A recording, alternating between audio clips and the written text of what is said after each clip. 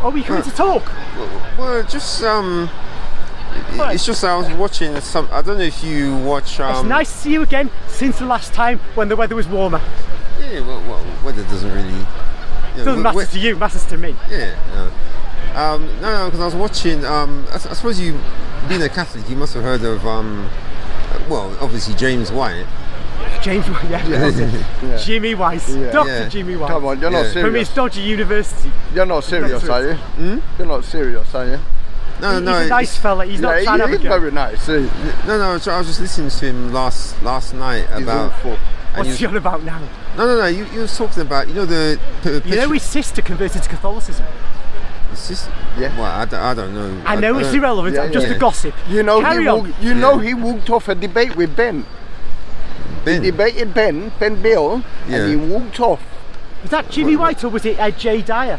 I was Jay Dyer. It was Jay Dyer. Sorry, Jay Dyer. Right. I'm interrupting you all the time. Sorry. Go on. James White yesterday. Yeah. So he was listening to him talking about the perpetual virginity of Mary. Oh yes. Yeah, and I listened to what he said, and then I listened to what Sam Shamoun, this other guy, said as well. William Albrecht, bald guy like me. Yeah. But more muscles. Yeah, and it was. When I was sort of like listening to all of it, I was wondering why is it actually relevant? Because would you say that this particular, whether you believe it or not, it actually has an effect on salvation? Okay, good point. It need not have been. It could have been the case that Mary had children with Saint Joseph. Right. And that's that. Absolutely true. But we say it's important to get it right. Right. And that she didn't have any children. She never had sexual relations. She was a perpetual virgin. The importance of this, though it's not essential, as you quite rightly imply, the importance of it is that we have put virginity at a very high level. Hence we have monks and nuns and priests of celibacy. It's at a very high level because one devotes oneself entirely to God as opposed to one's wife or husband. And this is important because you, I and Michael will know that we can desire women, we can be sexually, activated by a girl in a bathing costume. And to resist that is resisting the war of the flesh and the devil. And resisting the very kind of sins that really gnaw a person and can lead them away from God. So the perpetual virginity issue is kind of wrapped up in that. Mary was the one who totally devoted herself to God, and nothing about her body was to be given to anybody else. Her body was entirely God's and entirely for Christ alone. Right, but because what they're saying is that somehow she made the vow. So where does There's a tradition that she made a vow. It's not in Scripture. Right. It's not in Scripture, but it's implied in that, and you can say it's not implied, but it's a possibility it's implied in her saying to the angel, when he says you'll have a child, she says, but how can that be? Well, you think the angel Gabriel would say, look girl, you know how babies are made, but obviously she's not stupid. When she said how can that be, it must be because there was something that meant she wouldn't have a husband and she wasn't expecting to have a child. It's like it's implied she made a vow that she was never going to have a kid, and God knew this. So when the angel says you're going to have a kid, she said how? And of course the angel says, well actually it's not going to be with a man, it's going to be by the Spirit descending upon you. So that's the actual deduction from when she says how can that be. But what I want to say is, to be fair, it doesn't mean that's a correct interpretation, because it isn't expressly said in Scripture. So a person's free to say no, we don't agree with that. The only reason to really accept it is if one accepts the power of the Catholic Church to teach the truth. Right. Because it's only then that you say, oh yeah, I accept it. If you don't believe in the power of the Catholic Church to teach the truth, then you're kind of speculating on what that verse of Scripture means, and you can speculate this way or speculate that way, and come to your own conclusions by your own goodwill. So I don't know what you think, because one thing that James mentioned, I know, well, Sam was unhappy about it, was about the first mention of it was in some Gnostic writings, and apparently some Catholic scholars did quote those Gnostic writings. Okay, first thing is, I know they had that discussion. I didn't get time to watch it. I might, now you talk to me, it might get my going to go and look at it, because Shamoun has a massive turn output, doesn't he? Every day he's turning out loads of stuff, so I want to get to look at that, particularly now you've spoken to me. it may be that it's in a Gnostic writing. I did pick up that somewhere, so maybe it's in one of the titles of the documents, but that says to me, that doesn't make it false, because the Gnostics can pick up real historical information. Yeah. The problem with Gnostic writing, as in any uninspired text, is to work out how much is just being made up by these Gnostics and how much is actually genuinely picking up from historical information. Yeah. And that's the trick, and it's hard to know. But to me, it wouldn't matter if it was just in, if it was the earliest thing it was in was a Gnostic document. In itself, it wouldn't matter. What matters to me is there any solid basis for saying Mary was a perpetual virgin? I would say we can't say it without the Catholic Church affirming it and us accepting the Catholic Church's authority to affirm it. But there are indications, like we discussed about Mary saying to the angel, how can it be? And the fact that for example, St. John, I don't know whether this comes up in that talk you looked at, but St. John is at the foot of the cross and Jesus gives Mary into his possession. Yeah. Whereas he should have given her into the possession of one of her other children. If there were other children. Yeah. I think James White mentioned. And also, we have the brothers of Jesus, the Adelphoi, in the Gospels, but the only ones that I mentioned are James, Jude, Simon, and Joseph. But they're seen as children of the other Mary, Mary Clopas. Elsewhere in Matthew's Gospel, I think Matthew 13 and Matthew 27, I do get mixed up. But there are no other children expressly said to be children of the Blessed Virgin Mary. Oh, but I was just going to say, James White did say something about that particular because they talked about brothers of Jesus, but not children of Mary. Nobody's said to be a child of Mary other than Jesus, and that's a fascinating point. And I just would have thought that if there were family members who were that close, children of the Blessed Virgin, they somehow would get a mention in the Gospels, but they don't as children of Mary. That phrase. But anyway, what does Jimmy White say? No, I was saying he said that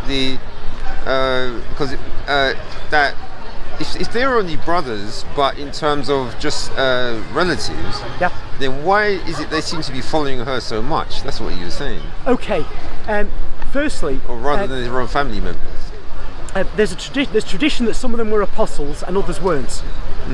Because we have obviously a James, we have two Jameses, and we have Judas Iscariot, but St. Jude as well. So there's two names.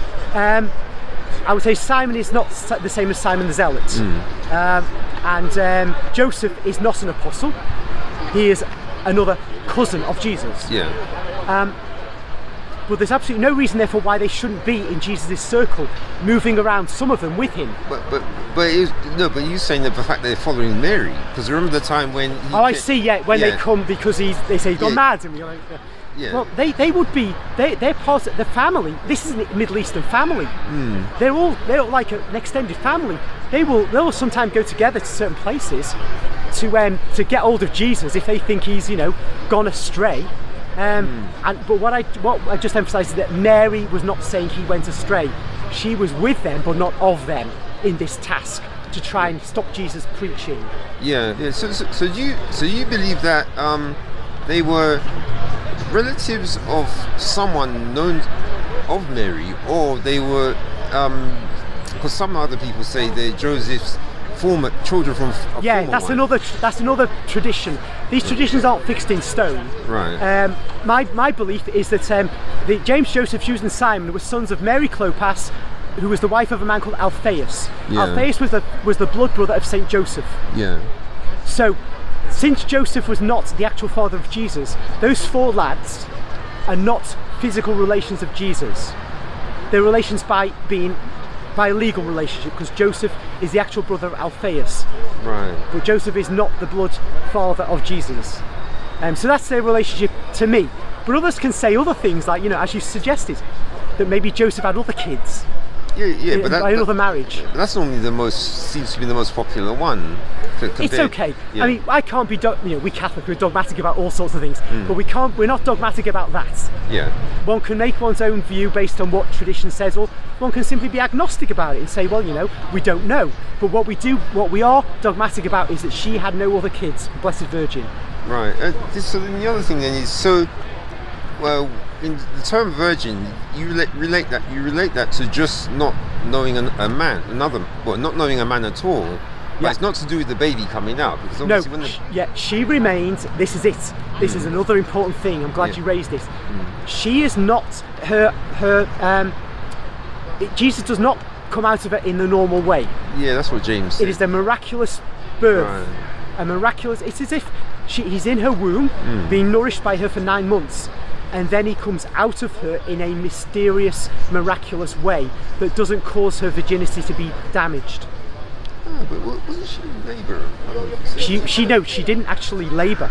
She didn't labour in the sense that women labour with pain, because that's a curse, isn't it? That's a curse. Yeah. So she didn't have that. She didn't have. We say there's the other dogma, immaculate conception. She doesn't bear the stain of other women and men, the stain of original sin.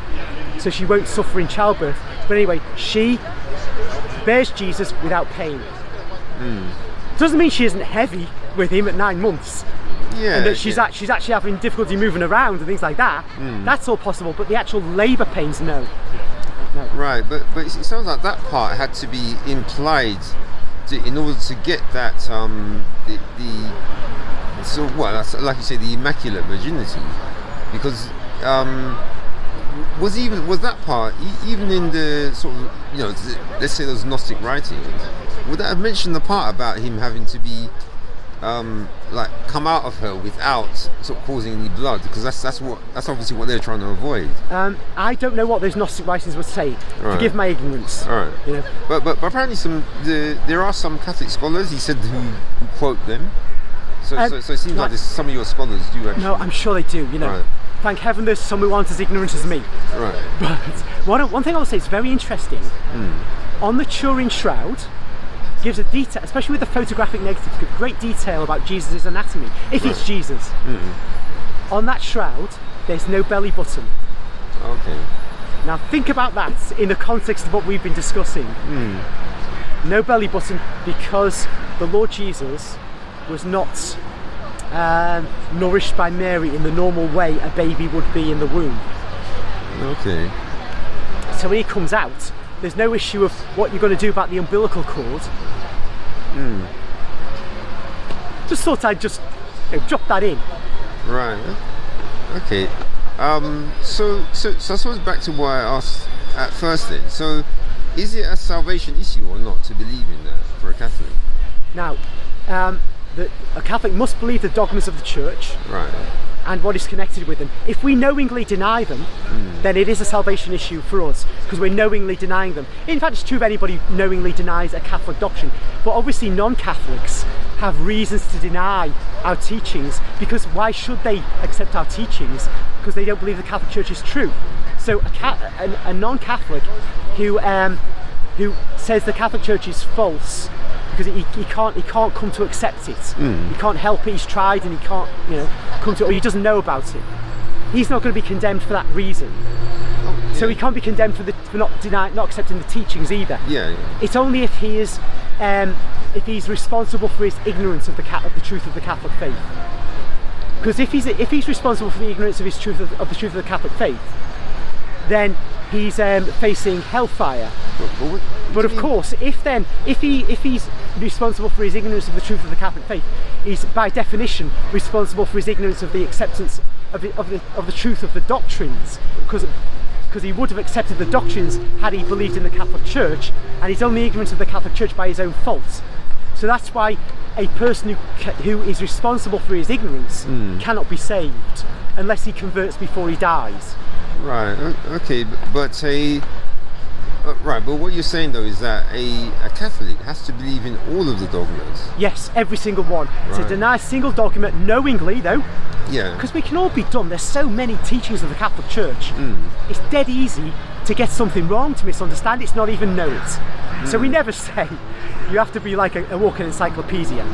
It's just that when something is put before you, and you've got the opportunity to say, oh yeah, I know that, and I agree it, or I disagree with it.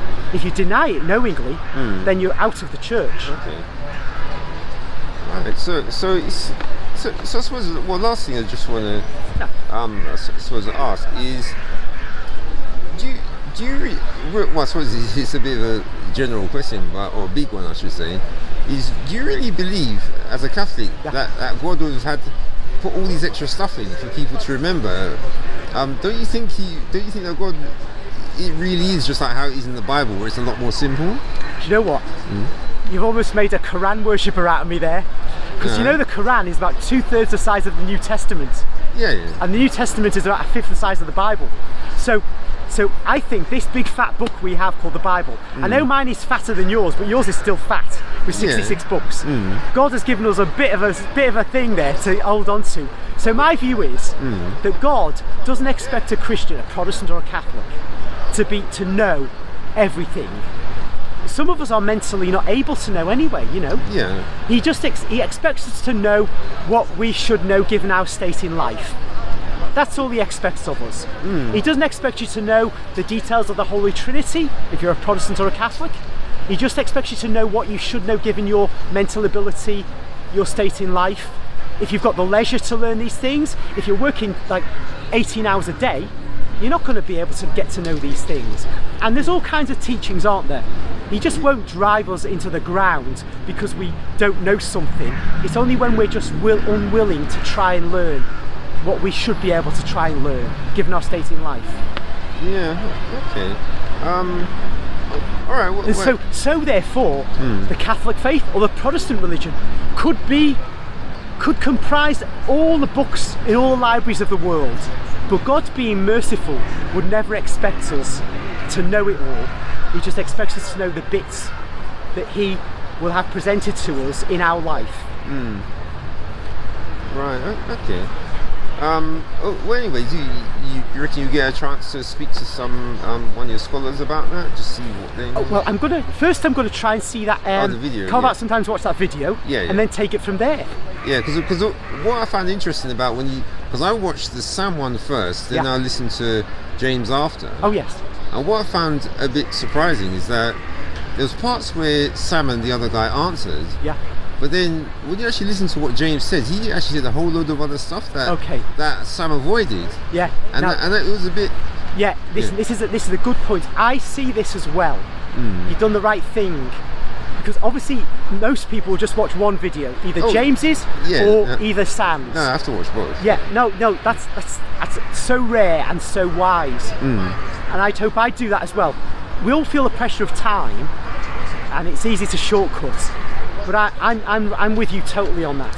Yeah, but I have to admit, the reason why is because I knew it was a big subject for Catholics. So that's why I wanted to hear what both of them said all the way through. No, you're spot on. Yeah. Here's an example for me. I watched a debate between William Albrecht, the guy who was with Sam, and some extremely traditional Catholics who don't believe we've got a Pope at the moment. Now, the point about that is not the issue itself, but William Albrecht, I don't think, came out well in that particular debate. Right. But if I just listened to him, he'd probably say he came out well and succeeded. And apologists do this on both sides. So you have to kind of say, okay, we've all got a bit of ego, so we're all going to try and say we did well. So we have to listen to the other side. And that's good when there's a Protestant Catholic debate. It's like it would be great if James White would debate Sam Shamoun or would debate William Albrecht. Unless I'm wrong and you've seen something else, I do believe it when they say James White will not debate them. And if he did, this would save you and me the problem of looking at one-sided videos. Yeah, but I have to admit that because I listened to the Sam one first. Yeah. There was a thought I had in my mind when I was listening to what James White was saying, is that in my mind it was Sam was in the electric chair and someone was pulling the lever. Yeah. When you compare the amount of things that James said and to what Sam brought out, so you could tell Sam was avoiding too much of what James said. Yeah, and this is a fair point. But wouldn't it be good though? Because James is very knowledgeable, but it seems from what these guys are saying that he will not debate these Catholics, and it would just help. I mean, Sam is a semi-Catholic, but it's like it would be really good from my point of view. I'm sure from lots of people's point of view. Let's get these guys in one room. The whole thing's recorded for 2 hours, and we can just watch like so many debates James White's done in the past. Yeah, it clears a lot of the air, you know. Yeah, but I think that's one of the things about James White. Because what I've noticed, when you go on his channel, if you go to the comments, they're turned off, Oh, right. And the chat is all off as well. And the likes and dislikes are all off as well. Right. So he doesn't. I don't think he's not really. Like how you come down here and actually speak to people on the street. Yeah. Yeah. I don't think James is that sort of guy. I think he was years ago, wasn't he? He'd have debates all the time. It seems. Yeah, that's true. Yeah. But he seems to have gone off that now. Yeah. And it's a shame, but what can we do? We have to do what you do now. Look at 2 different videos. Yeah. All right then. All right then. I shall see you again. All right. See you then. All right.